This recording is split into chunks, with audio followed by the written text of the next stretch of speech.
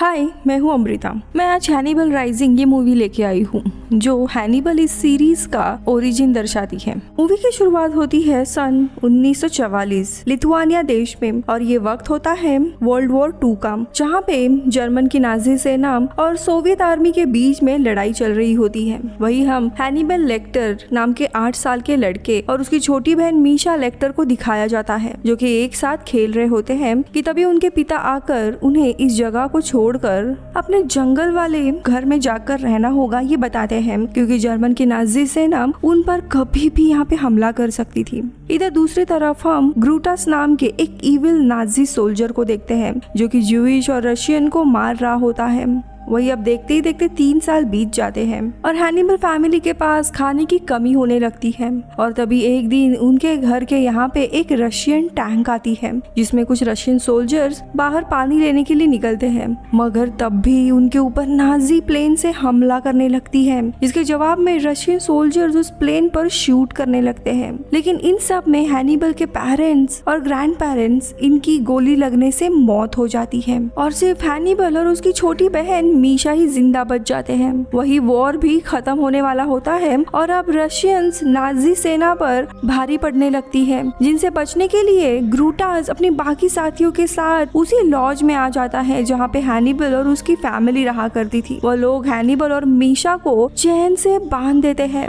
सभी काफी भूखे होते हैं और इसीलिए ग्रूटास के कुछ साथी बाहर शिकार करने के लिए चले जाते हैं, जहाँ उन्हें सिर्फ एक पंछी मिलता है, लेकिन इससे उन लोगों की भूख मिटी नहीं है और सभी लोग हैनिबल और मीशा की तरफ बढ़ने लगते हैं। लेकिन ये सीन इधर ही कट हो जाता है और हम सीधा 8 साल के बाद यानी 1952 में देखते हैं, जहाँ पे हैनिबल अब बड़ा हो चुका था और अब एक ऑर्फनेज में रह रहा था, जो कि वही घर होता है जिसे सोवियत यूनियन ने वॉर खत्म होने के बाद ऑर्फनेज में बदल दिया था। रात में हैनिबल जब सोया हुआ था तब उसे अपनी बहन मीशा का सपना आता है और हम फ्लैशबैक में देखते हैं जब ग्रूटास और उनके साथियों को शिकार नहीं मिलती तब अपनी भूख मिटाने के लिए उन्होंने मीशा को मार के खाया था। और इसी डरावने सपने के साथ हैनिबल की आंख खुलती है। हैनिबल गुस्से में होता है, उसे अपने बहन का बदला लेना था और इसीलिए वो एक कमरे में रखे अलमारी के पास जाता है, जहाँ उसे अंकल और आंटी की फोटो रखी मिलती है जिसमें उनका एड्रेस भी लिखा होता है जो कि फ्रांस में था।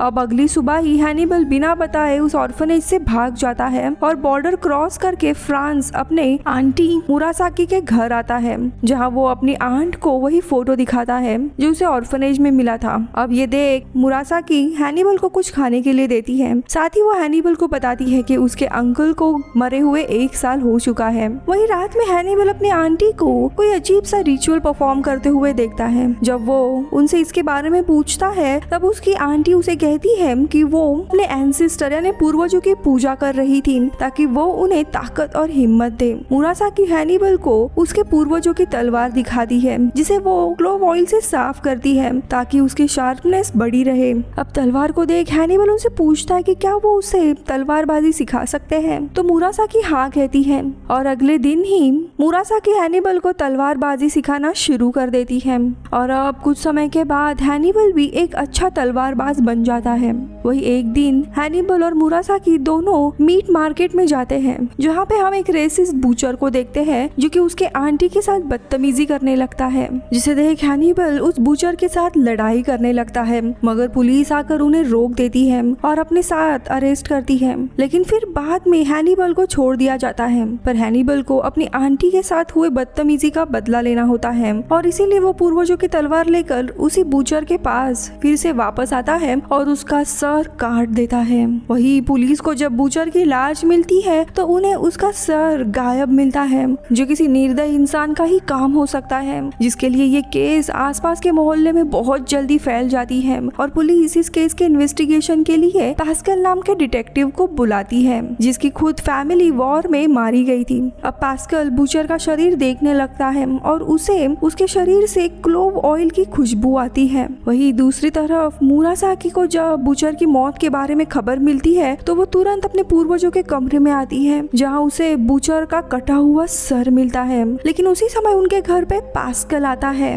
और हैनिबल को अपने साथ लाई डिटेक्ट टेस्ट करने के लिए ले जाता है, जहाँ पुलिस हैनिबल से बुचर की मौत के बारे में सवाल पूछती है। लेकिन हैनिबल बताता है कि उसने बुचर को नहीं मारा और तो और उसकी लाई डिटेक्टर टेस्ट भी नॉर्मल आती है। पर पास्कल को अभी भी हैनिबल पे शक होता है। वही इसी बीच उन्हें पुलिस स्टेशन के बाहर सड़क पर उसी बुचर का कटा हुआ सर पड़ा मिलता है, जिसके सर पे नाजी का सिंबल बना हुआ था। दरअसल हैनिबल को बचाने के लिए उसके आंटी मुरासाकी ने ही ये सर वहाँ पे रखा होता है ताकि हैनिबल से मर्डर का शक हट सके, और हैनिबल को पुलिस छोड़ देती है। अब वही कुछ दिन के बाद मुरासाकी को गवर्नमेंट की तरफ से एक नोटिस आता है जिसमें लिखा था कि उन्हें घर खाली करना होगा, क्योंकि मुरासाकी के पति के मौत के बाद ये जगह गवर्नमेंट की हो चुकी थी, जिसे अब ऑक्शन किया जाने वाला था। अब ना चाहते हुए भी उन्हें ये घर छोड़ना पड़ता है, जिसके बाद हैनिबल और उसकी आंटी पेरिस चले जाते हैं रहने के लिए, जहाँ पे हैनिबल को मेडिकल स्कूल में पढ़ने के लिए एक स्कॉलरशिप मिलती है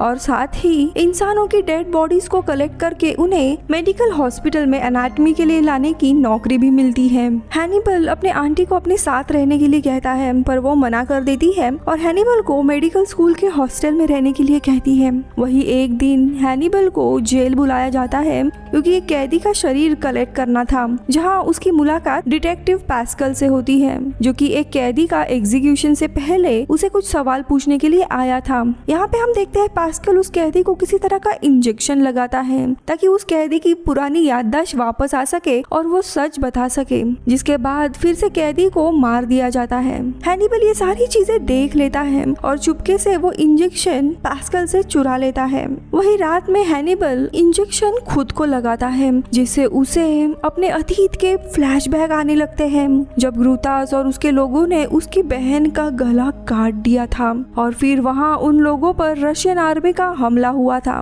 लेकिन ग्रुतास और बाकी सभी सोल्जर अपनी जान बचाने के लिए भाग गए थे। हैनिबल को रशियन आर्मी तो बचा लेती है, लेकिन अपने बहन को इस तरह जाता हुआ देख वो बहुत ही ज्यादा सदमे में पहुंचता है और उसे किसी भी हालत में अब उन लोगों को मार डालना था, जिनके कारण उसकी बहन इतनी बुरी तरह ये दुनिया छोड़ के गई थी। अब वही हम प्रेजेंट में आते हैं, जहाँ पे हैनिबल के पास उन सभी लोगों की ड्रॉइंग्स होती है जिनसे उसे बदला लेना था। वही अगले दिन हैनिबल ट्रेन से अपने देश यानी लिथुआनिया अपने ऑर्फनेज वापस जाने के लिए निकलता है, लेकिन क्योंकि वो अकेला ऐसा पैसेंजर होता है जो कि दूसरे देश से आया होता है, उसे बॉर्डर पर रोक लिया जाता है, जहाँ पे ऑफिशियल फिर अपने हेड डोर्टलिच को इसकी खबर देते हैं और डोर्टलिच उन्हीं में से एक होता है जिसने हैनिबल की बहन मीशा को मारा था। डोर्टलिच लिस्ट में पैसेंजर के नाम चेक करता है और उसे हैनिबल लेक्टर का नाम पैसेंजर के डिटेल में मिलता है, जिससे उसे समझ आता है कि ये वही लड़का है और शायद बदला लेने के लिए वापस आ रहा है, लेकिन वो उसे रोकता नहीं है। जिसके बाद हैनिबल अपने लॉज वाले घर में पहुंच जाता है, जहाँ पे उसे मीशा के कुछ रिमेन्स मिलते हैं, साथ ही उसे कुछ नेम प्लेट्स भी मिलते हैं जिसमें ग्रुटास के साथियों के नाम लिखे थे।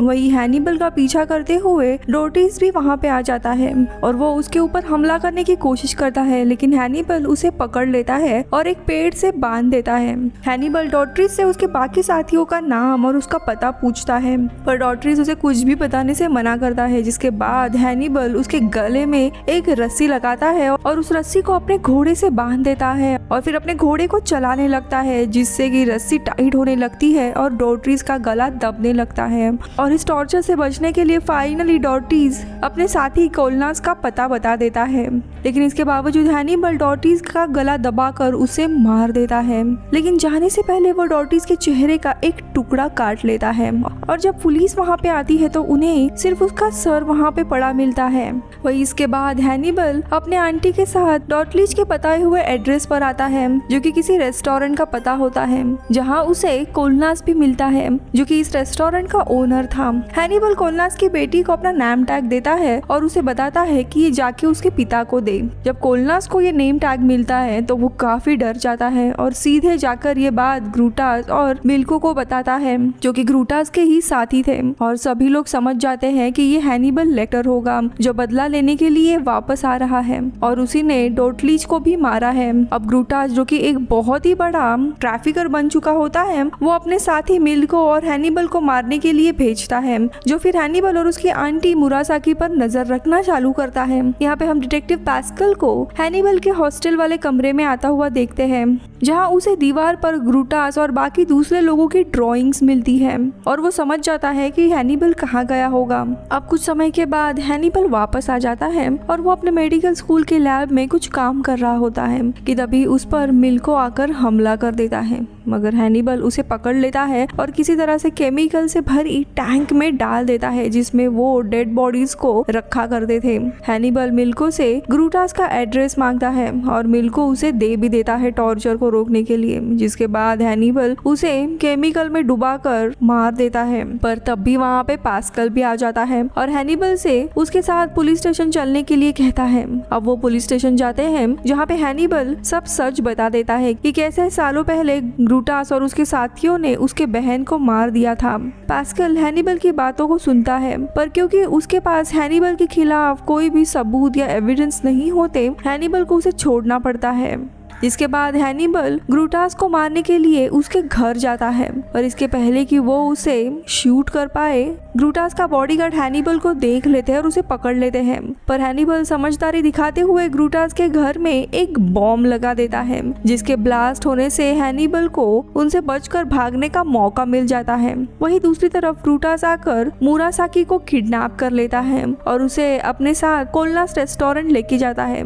जहाँ वो फिर हैनिबल को कॉल लगाकर उसकी आंटी को उसने किडनैप किया है ये बताता है। मगर तभी हैनिबल को उस कॉल में बैकग्राउंड में कुछ बर्ड्स की आवाज सुनाई देती है, जो कि बिल्कुल उसी तरह होती है जैसे उसने कोलनास के रेस्टोरेंट में सुना था, जिससे वो पता लगाता है कि ग्रूटास ने उसकी आंटी को कहाँ पे रखा होगा।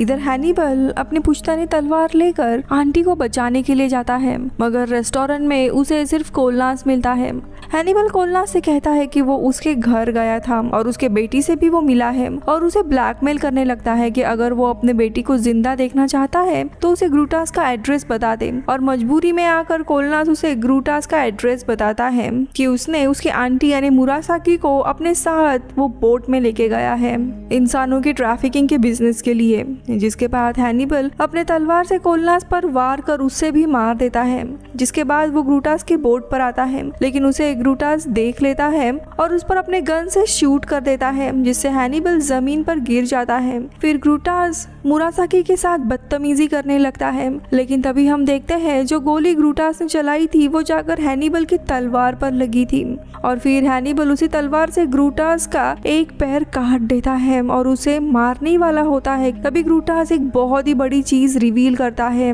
कि हैनिबल उनसे कुछ अलग नहीं है। वो बताता है कि उन्होंने जबरदस्ती हैनिबल को भी उसके बहन का मीट खिलाया था। ये सुनते ही हैनिबल को काफी गुस्सा आ जाता है और गुस्से में ग्रूटास के छाती पर वो एम लिखता है अपने बहन के लिए यानी मीशा, और वो ग्रूटास को ब्रूटली मारने लगता है। वही ये सच्चाई सामने आने के बाद और हैनिबल का ये रूप देखते ही मुरासाकी काफी हैरान और शॉक हो जाती है और वहाँ से जाने लगती है, मगर हैनिबल उसे रोकने आता है और अपनी आंटी को अपनी फीलिंग्स कन्फेस करता है कि वो उसे पसंद करने लगा है। लेकिन मुरासाकी उसकी बात नहीं सुनती और बोट से बाहर आ जाती है, जहाँ पे पुलिस भी आ जाते हैं। लेकिन तभी बोट पर एक बहुत ही बड़ा धमाका होता है, जिसे देख सबको लगता है कि हैनिबल भी इस धमाके में मारा गया। लेकिन कुछ दिनों के बाद हम हैनिबल को देखते हैं जो अभी भी जिंदा होता है और कनाडा की तरफ चला जाता है, जहाँ पे वो ग्रेट्स नाम के आदमी के पास जाता है और उसे मार देता है, जो कि ग्रूटास का ही आदमी होता है, जिसके मौत के बाद हैनिबल का बदला पूरा हो गया था और मूवी इधर ही खत्म होती है। लेकिन उसे जब से अपने बहन की सच्चाई के बारे में पता चला था कि उसने भी उसका मीट खाया था, वो पूरी तरीके से ट्रॉमा में चला गया था और इसी के कारण हम आगे देखेंगे कि वो एक सीरियल किलर और कैनिबल में बदल जाता है जो अपने शिकार को खाया करता था। Bye bye.